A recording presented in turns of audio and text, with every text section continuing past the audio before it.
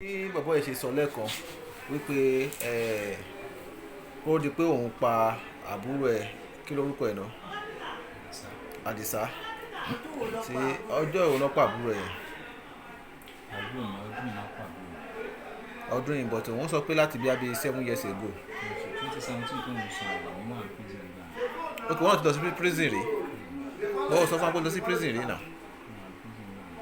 Ó ti lọ sí prison gbà yẹn. The name of the people that you kill. Ẹnu ẹja and Adisa. What happened? Why did you kill them? They went to my house on the Saturday to harm my dad. When Why? they were looking for me, Why did you harm they your went. dad? They went to look for me at my house, Okay. but they did not find me. They thought I would come to my father's house. You on were the talking that time saying you were working for Saturday. I worked people. with Matomi. Mo kí gbogbo èèyàn lólùfẹ́ wa ní ìkànnì Ajara Màlífà TV ojú tẹ́ fi ń wọ̀wọ́ òní fọ́ agbára Ọlọ́run ọba. Tẹ́ ẹ̀ bá gbàgbé wípé a ti fi fọ́nrán yìí síta tẹ́lẹ̀tẹ́lẹ̀ yẹn nípa Ruben nílé tí wọ́n ní ó gé orí Ṣeun ní agbègbè Ìjókòó. Ọ̀rọ̀ mà ti bẹ́yìn yọ, ǹjẹ́ ẹ ti ẹ̀ mọ̀ wípé Ruben ti lọ sí ọgbà àtúnṣe rí?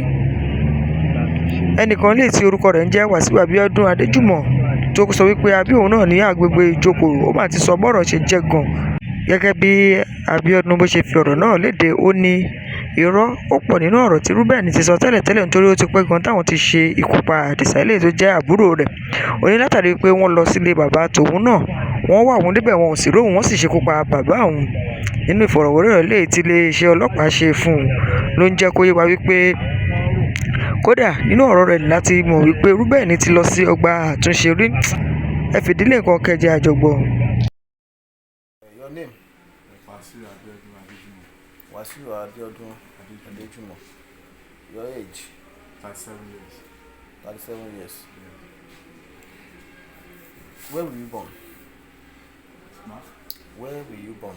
I was born at Ijoko. Ijoko. Yes. Your father's name, your mother's name? My mother's name, Oluwatoyinkayo. Your daddy's name, Uncle? And Lais. Eh? Lasis. Lassis. Which work are you doing? I sell cloth and shoes.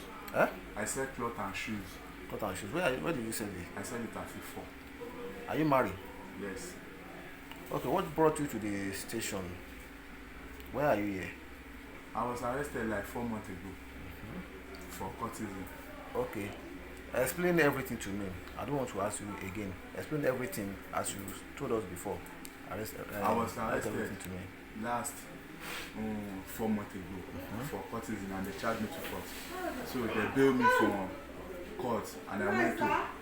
So later on, I later hear one of my friend now called me that so date is my adjournment, that I should not go to court, that if I go to court they will come and arrest me again.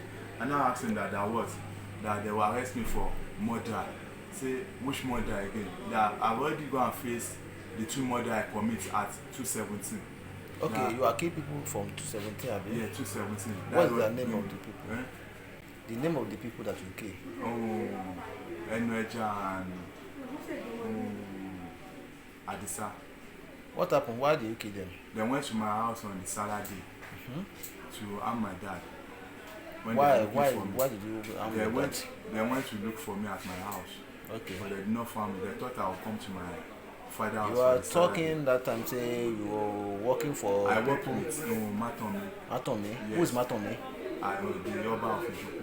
The Egbe of Joko. Yes, that year. Okay, explain. So those Aye, they work with Yaya too. So they are looking for me that year because I joined Matomi. So that's what happened. So they look for me, they find me to my father's house. They did not find me, so I'm my father with axe. So I later tell my brother that they should don't worry. So the name my name have already spoiled my family, that I'm the one that killed my father, because if I don't join courtesan, they won't come and ask to kill my father.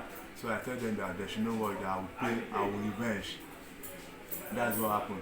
And now, like 4 months ago, they arrest me. They stop me on bike. I come down and they check my phone. They saw a group on my phone that, okay, who you are. How many years did you use in the prison? More than going to 7 years. 7 years. Yes. When did you come back? I come back last year, Last year what? January 17, 2023. Okay. So they saw a group on my phone that which group is it, and even said the group, I did not answer the group. I've already seen. I have like 100 and something message on the group. I did not use to check the group self. So they saw the group and they said I'm a courtesan. I said yes, but I'm not more in the group anymore. So they said they bring me to a level where they charge me to court and they give me bill. I went to. So later on, one of my friends now called me that I should not go to court. Who is that of your friend? It's one of the Amotekun.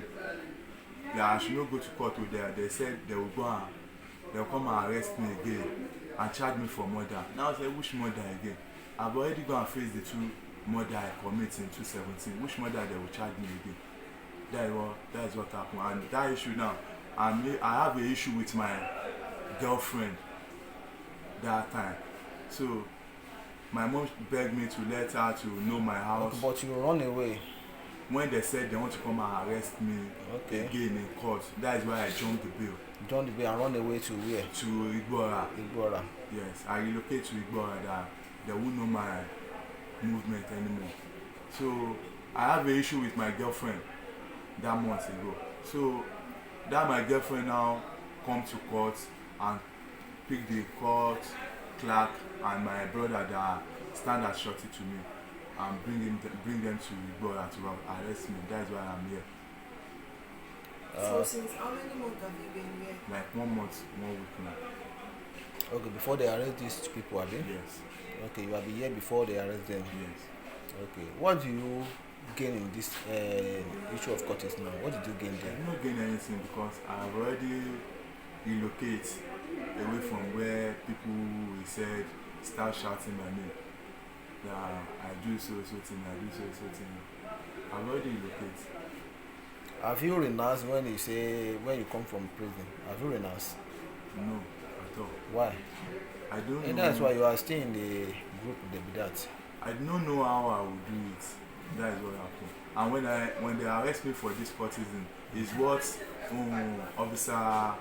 Officer Wale told me that I should do. But when I now hear they want to arrest me again, that is why I relocate to Igbora. Because somebody don't tell you that you should go and renounce, have you? Officer Wale. Don't mention anybody. Yes. Okay. No, what do you want to tell the people that is in the town now that you are still doing what you are doing? They should go and Give them the advice and they should go and renounce because this one it will go more viral than as in they should repent. That's what I'm just telling. what is your name once? Wasiu Abiodun. Bí bàbá ẹ̀ ṣe sọ lẹ́ẹ̀kan wípé ó di pé òun pa àbúrò ẹ̀ kí lórúkọ ẹ̀ náà Àdìsá tí ọjọ́ ìwọ náà pa àbúrò ẹ̀ ọdún yìí but òun sọ pé láti bí abí 7 years ago. 2017 tó ń sọ ọ̀rọ̀ mi wà ní prison gbà. Ok, wọ́n ti lọ sí prison rí ó sọ fún wa pé lọ sí prison rí náà ó ti lọ sí prison gbà yẹn kí ló ṣe tó lọ sí prison kọtísì náà fi mọ ẹ ọdún mélòó lò ní prison.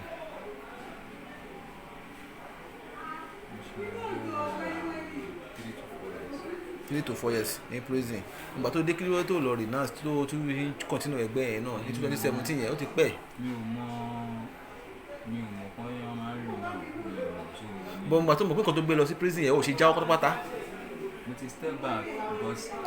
ìgbà tó bọ̀ yẹn ò tí step back kó dé kó gbé lé fàbúrò ẹ̀ o. mo ti step back. ọdún wo ló gbé lé fàbúrò ẹ̀. last 2 years ni. last 2 years. ìgbà tí mo dé láti prison wọ́n fún mi ní number 1 yẹn. wọ́n fún mi number 1 kí ló tó tún gbà. no ẹ mọ̀ pé mistake nǹkan tẹ́mi ṣe òun nìyẹn ìgbà tí mo dé láti prison wọ́n fún mi ní number 1 yẹn. wọ́n fún mi number 1 yẹn. and 2024 la wà yìí. ok now ìgbà tí wọ́n pa àbúrò ẹ̀ ní yíyẹ yìí tó ń sọ pé bí i 2017 náà pa 20 kilo pé wọ́n pa 2017 ló ní ṣe ìpàdé 20 yíyẹ òun náà padà díẹ̀. 2017. báwo ni wọ́n ṣe padà díẹ̀.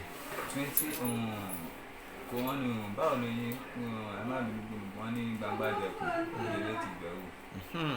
I like you. àwa méjèèjì tábà wà ní free world lóòótọ́ àwọn ọ̀wára wa but nǹkan tó ṣẹlẹ̀ ti ṣẹlẹ̀ so it's good to open up kéèyàn sọ ìyá tí mo lọ kó jọba wọn máa dára ṣe wáyé àṣọ náà. that's what nǹkan tí mo sọ fún látẹ̀kọ̀ wọn ló ṣe wá ń sọ yìí. 2017 ní case it was early so mo dẹ̀ dé ní 2020 mo dé ending of 2020 so wọ́n fún mi ní number 1 yẹn. báwo lè ṣe padà dé. Èmi wà prison gbogbo àmì àkúrú mi mọ anything mi mọ. bọ̀ ó sọ pé wọ́n dárúkọ ẹ̀ pé wà ń bẹ̀. Èmi ò sí bẹ̀ prison lèmi wà. bọ̀ ṣé o gbọ́ fìrè ni pé àbúrò ẹ wà lára wọn yìí. àbúrò because àbúrò mi jẹ́ èèyàn kan náà jẹ́ pé ó wà arrogant àbúrò mi gan ọ̀ràn rẹ̀ lè rí anyhow so year it was May 22 náà pa àbúrò mi so àná lọ́ọ́ lọ́ọ́ ìtàlẹ́ bí i the third day. èmi dẹ́ wà ní May ní yẹ́ yìí ó wà ń ta tó ké. ẹ lè béèrè lọ́wọ́ ọ̀fíìsà wáyé. It was outside because lọ́jọ́ yẹn náà lọ́n èmi ò sí níjòkó mọ́ early this year èmi ò sí níjòkó mọ́ bọ́yìn nǹkan tóun mọ̀ lòun sọ àwọn tó pa ṣéun tóun sọ ẹ̀yẹ ni so according to information táwa lè gbọ́ ọgbà rẹ̀ láti pa so àwọn tó lọ pa àbúrò ti tèmi mi ò mọ̀ bóyá àwọn àbúrò mi jọ ní issue kan tẹ́lẹ̀ ọ̀bí àwọn jọ ní issue kankan tẹ́lẹ̀ tọ́pẹ́ yí ẹ̀yìn lọ pa àbúrò mi later bí 3 days later or 4 days gan láàrí. bọ̀ arákùnrin ó sọ wípé 2017 lẹ pa kí lórúkọ ẹni tẹ́ pa yẹn. Àdìsá àti ni. ẹni tí ó gbé mi lọ sí prison Àdìsá àti ẹnu ẹja lórúkọ wọn. tó pa. mo mọ orúkọ wọn gangan bọ̀ orúkọ tó ń pè wọ́n nìyẹn. orúkọ tó ń pè wọ́n nìyẹn. bẹ́ẹ̀ni. Àdìsá àti ẹnu ẹja bẹ́ẹ̀ni. ni wọ́n pa ní 2017 torí pé wọ́n padà díẹ̀. ó wà nù tó bá lè sọ pé kí lọ́ọ̀yà mi wá gan kó gbé case file yẹn wá máa lórúkọ wọn bẹ́ẹ̀. bọ̀ òun sọ ń sìn wípé òun pé wọ́n à prison. èmi ò mọ̀ pa yẹn bíbá ilé mi wà. no òun sọ pé wọ́n à prison nígbà tí wọ́n lọ padà díẹ̀. yíyẹ wo ni déètì wo ni wọ́n lọ sí prison. 2017 mo lọ sí prison. 2017 ní mọ́ǹtì wo. April náà mú mi. April. wọ́n dẹ̀ mú mi fún mo ń bọ̀ láti ní field ni wọ́n dẹ̀ mú mi feedback mi wà ní ọwọ́ mi wọ́n dẹ̀ mú mi ní ojú títí pé àpé kan check phone mi so wọ́n dẹ̀ check phone mi ọ̀rẹ́ mi ti so bàtà máa gbé mi dé station due to orúkọ mi pé ọ́fíìsà kan mú mi ní Ruben kí ló ṣe wọ́n fi ní àpé Ruben ṣé kò ṣe Ruben ló máa ń ní ẹ̀kọ́ fúbọ́là ní wọ́n ní àpé wà lára àwọn forces tó ń jà ní wọ́n ní rárá wọ́n ní kó ṣáà ní sí court mo fi lọ sí court mo dẹ̀ dé ní ẹ̀mí mo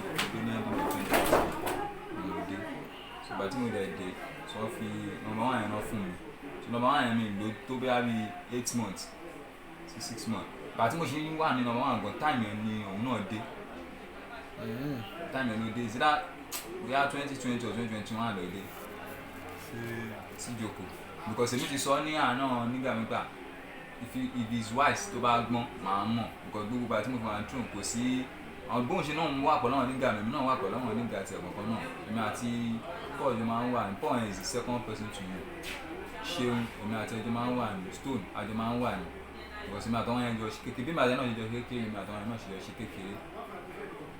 sọ pé ṣeun ẹ wá pa yẹn ẹjọ ṣe kékeré.